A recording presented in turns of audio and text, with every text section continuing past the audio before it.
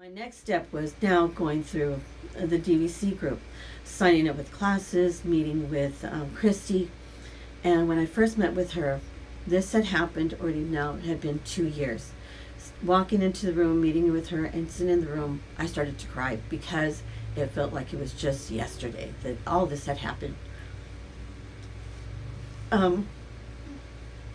So the journey began as I had to go through the classes, and dealing with the classes, dealing with all the stuff that I had to go through, and going through all that was life changing. I met people that had gone through the same thing I had gone through. Some had gone through worse, some had gone through it for years, and it was just unbelievable.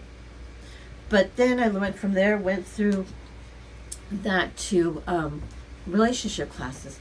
Now, little did I know that this was the second door that I was actually going through, which was make a lot of changes in my life, a lot of differences, a lot of healing, a lot of getting through what I had to get through.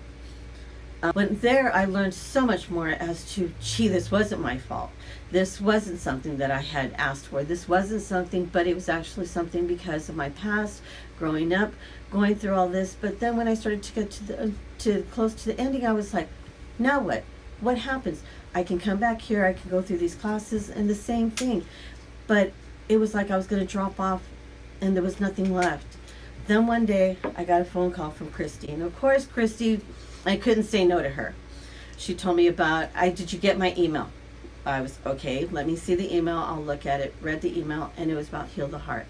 When I read it, and I was like, Heal the Heart, and I was like, okay. And I started reading, I was like, 3 hours. Oh, good Lord. I'm already doing these relationship classes. Then this. Then I said, Christy called me. So what do you think? I couldn't say no to her. I said, okay, yes, I'll go through with it. Then the date came.